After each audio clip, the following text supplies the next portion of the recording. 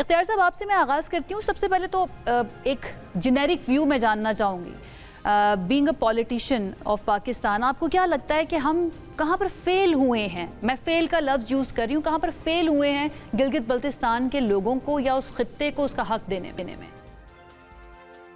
بسم اللہ الرحمن الرحیم. بہت شکریہ عائشہ. دیکھیں, گلگت بلتستان ہو یا سابق کا فاٹا جس کو کہتے ہیں ہم خیبر پختونخوا, یا ہم کشمیر کی بات کریں, یہ ساری یہ ایک جیسی ٹیریٹریز تھی. کوئی فاٹا, کوئی پاٹا, کوئی آزاد کشمیر کی حیثیت, پھر گلگت کی جو اپنی جداگانہ حیثیت تھی. میرے خیال میں یہ سارا سسٹم ٹھیک ہو سکتا تھا, یہ سب کچھ ٹھیک ہو سکتا تھا. جو سرتاج عزیز کی رپورٹ تھی وہ نواز شریف کی حکومت میں بنی تھی, 2013 والی حکومت پہ, اور میں ابھی جی بی الیکشن سے سیدھا واپس آ رہا ہوں. ہم سے لوگ یہ مطالبہ کر رہے تھے کہ سرتاج عزیز کی رپورٹ پر عمل درآمد کیوں نہیں کرایا گیا. یہی گلہ ہم سے خیبر پختونخوا میں فاٹا کے لوگ بھی کرتے ہیں, یہی گلہ جی بی والے بھی کرتے ہیں. اگر سرتاج عزیز کی رپورٹ جس میں ان کو حقوق بھی دیے گئے تھے, ان کو باقاعدہ ڈیولپمنٹ میں ایک بہت بڑا حصہ بھی دیا گیا تھا, اور تمام جتنے بھی یونٹس ہیں, چاہے آپ اس کو صوبے کا نام دیں یا کوئی انتظامی ایک الگ یونٹ اس کو آپ رکھنا چاہتے ہیں, اس کی جداگانہ حیثیت ہوتی ہے جیسے جی بی کی ہے اور آزاد کشمیر کی ہے. تو اس رپورٹ میں ایک حل موجود ہے, اس میں ایک چیز موجود ہے. لیکن بدقسمتی سے نواز شریف کی حکومت ختم ہونے کے بعد پھر ان رپورٹوں پر عمل درآمد بھی نہیں ہوا, اور بدقسمتی اس سے زیادہ یہ ہے, بلکہ اس کو میں ستم ظریفی کہوں گا, کہ جب آپ کے کسی مخالف جماعت کی پارٹی کی حکومت آپ کے بعد آ جاتی ہے, وہ آپ کے برے تو خیر برے, لیکن آپ کے اچھے کاموں کو بھی وہ ملیاں میٹ کر دیتے ہیں. جیسے میں مثال دوں گا آپ کو کہ خواجہ سعد رفیق نے, انہوں نے بڑی محنت کی, بہت محنت کی ریلوے کو اٹھانے میں, یہاں تک کہ ریلوے ایک جو ایک میں آپ کہہ لیں کہ ہر وقت نقصان میں رہنے والا ادارہ تھا, وہ ایک کماؤ پتر بننے لگا تھا. اور اس کے بعد پھر شیخ رشید صاحب آئے, انہوں نے اس کا سبا ستیہ ناش کر دیا. تو اسی طرح جو یہ نیک نیتی پر یہ معاملات کیے گئے تھے فاتح کے لیے. اچھا اختیار صاحب, یہ جو سرتاج عزیز کمیٹی کی رپورٹ اور سفارشات کی آپ بات کر رہے ہیں, اس کے بعد اس کے بدلے میں جو ایک سیلف گورننس کا آرڈر لایا گیا 2018 کے اندر, اس کے بارے میں بھی تو تحفظات رکھتے ہیں گلگت بلتستان کے لوگ. فرمان علی بیگ صاحب تھوڑی دیر پہلے ہمارے ساتھ موجود تھے, وہ کہتے ہیں کہ اس کے اندر تو مزید ہم سے جو اختیارات ہیں نا وہ لے کر فیڈرل کی طرف دے دیے گئے, پرائم منسٹر کی طرف دے دیے گئے, کہ ہم تو بالکل بھی اپنے لیے کوئی فیصلہ نہیں کر سکتے ہیں. جبکہ سرتاج عزیز رپورٹ جو تھی تو اس میں یہ چیز, اس کو ابھی بھی گلگت کے لوگ جو ہیں وہ مانتے ہیں, اور وہ کہتے ہیں کہ اگر وہ دوبارہ وہ امپوز ہو سکتا ہے, اس کی امپلیمنٹیشن ہو سکتی ہے, تو ہم اس کو بخوشی قبول کرنے کے لیے تیار ہیں.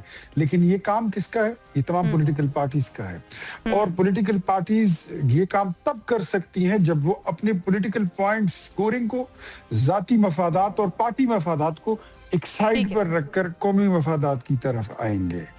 تو میرے خیال میں یہ چیز لیک کرتی ہے ہماری. ٹھیک ہے اختیار صاحب, میں منصور کو بھی کر لوں شامل گفتگو. منصور, آپ کو کیا لگتا ہے, پولیٹیکل ول آپ کو نظر آتی ہے ہماری جتنی بھی سیاسی جماعتیں ہیں جو حکومت بنا بھی چکی ہیں یا جو بنانا چاہتی ہیں, ان کے نظریات کے اندر, ان کے پولیٹیکل مینیفیسٹو کے اندر آپ کو گلگت بلتستان کسی ترجیح پر نظر آتا ہے؟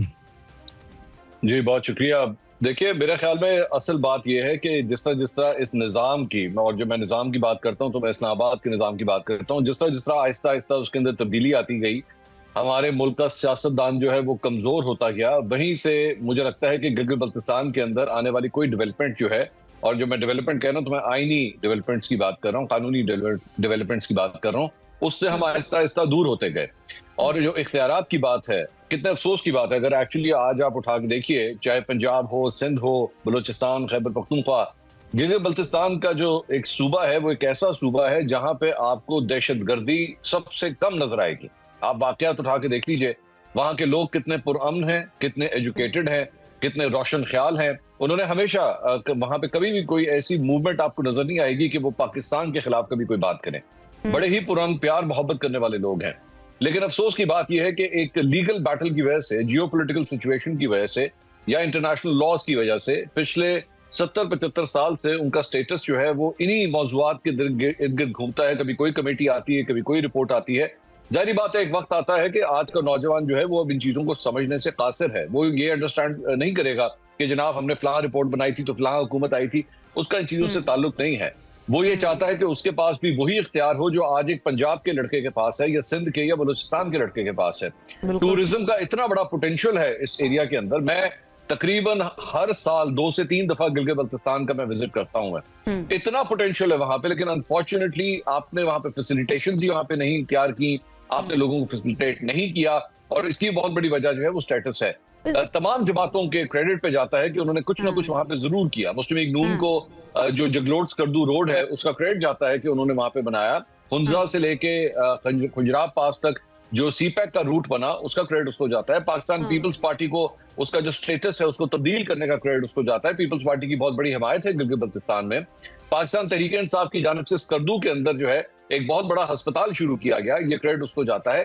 تو تمام جماعتوں نے اپنا اپنا کچھ نہ کچھ حصہ ضرور ڈالا, بٹ میرے خیال میں تمام جماعتیں ہی اس معاملے میں فیل ہو گئیں کہ گلگت بلتستان کے عوام کو جو ان کا حق ملنا چاہیے تھا, بنیادی مسئلہ کہ وہ ایجنسی چاہتے ہیں. وہ یہ چاہتے ہیں کہ بھائی میں اپنے فیصلے کرنے کا اختیار خود کیوں نہ رکھوں, میرے پاس ریسورسز موجود ہیں صوبے کے اندر, لیکن جب ریونیو جنریشن کی بات آتی ہے ان کے اپنے لیے تو وہاں پر ان کے پاس وہ والے وسائل موجود نہیں ہیں. آپ کو نہیں لگتا کہ یہ جو بنیادی مسائل ہیں ان کو حل کرنے کے اندر نہ کسی کی پولیٹیکل ول ہمیں اس طرح سے نظر آئی ہے؟ جب بھی الیکشن ہونے والے ہوتے ہیں, کیمپین کے لیے آتے ہیں اور آ کر یہاں پر بڑے بڑے دعوے تو کیے جاتے ہیں, جیسے بلاول بھٹو زرداری صاحب یہ کہتے ہیں کہ بھئی ہم جد و جہد کریں گے اس کو صوبہ بنانے کے لیے. خواجہ سعد رفیق کہتے ہیں کہ NFC کے اندر حصہ ملنا چاہیے, بٹ کس بیس پر ملنا چاہیے؟ اس کے لیے جو قانون سازی ہونی چاہیے وہ کرتے ہوئے آپ کو کوئی نظر آ رہے ہیں؟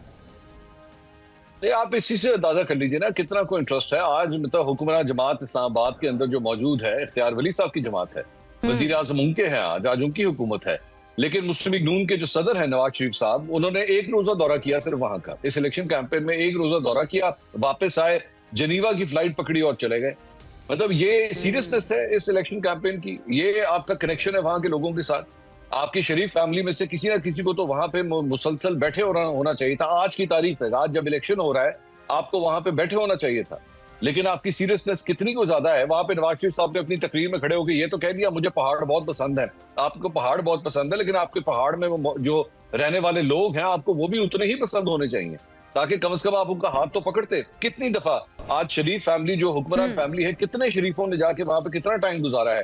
مریم نواز, نواز شریف, شہباز شریف یا حمزہ شہباز, یہ 4 پارلیمنٹ کے اندر موجود ہیں. انہوں نے کتنا وقت وہاں کے لوگوں کے ساتھ گزارا ہے؟ نہیں گزارا. تو اسی سے پتہ لگتا ہے. لیکن آج بلاول بھٹو اور ان کی بہن آصفہ بھٹو نے ایک طویل ٹائم وہاں پہ لگایا. کریڈٹ دینا پڑے گا آپ کو اس بات کا کہ پاکستان پیپلز پارٹی نے سلیکشن کیمپین کو زیادہ سیریسلی لیا.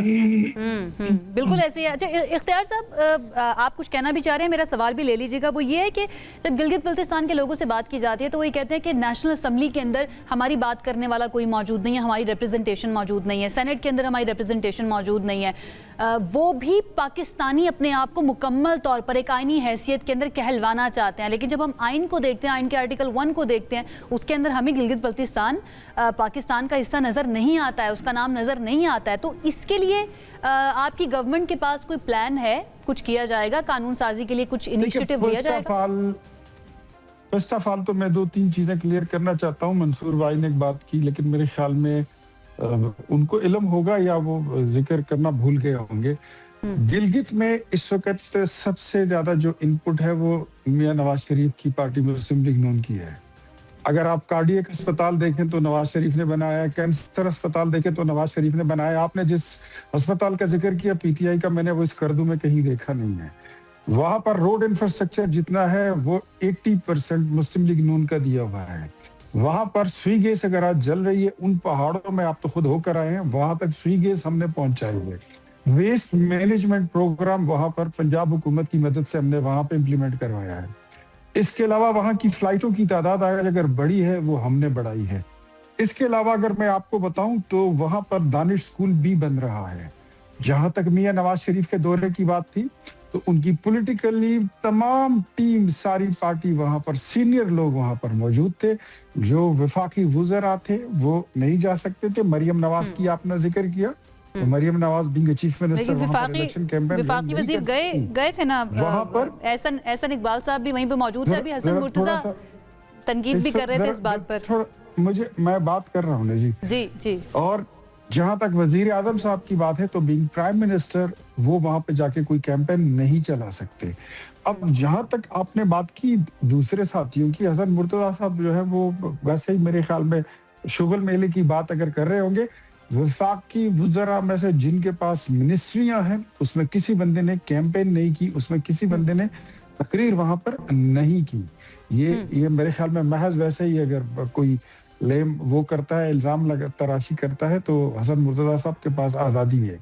جہاں تک آپ نے بات کی کہ ان مسائل کا حل کیا ہے، تو میں آپ کو بتاؤں کہ ان مسائل کا حل یہ ہے کہ میثاق جمہوریت کی طرز پر ہمیں نئے میثاق کرنے ہوں گے.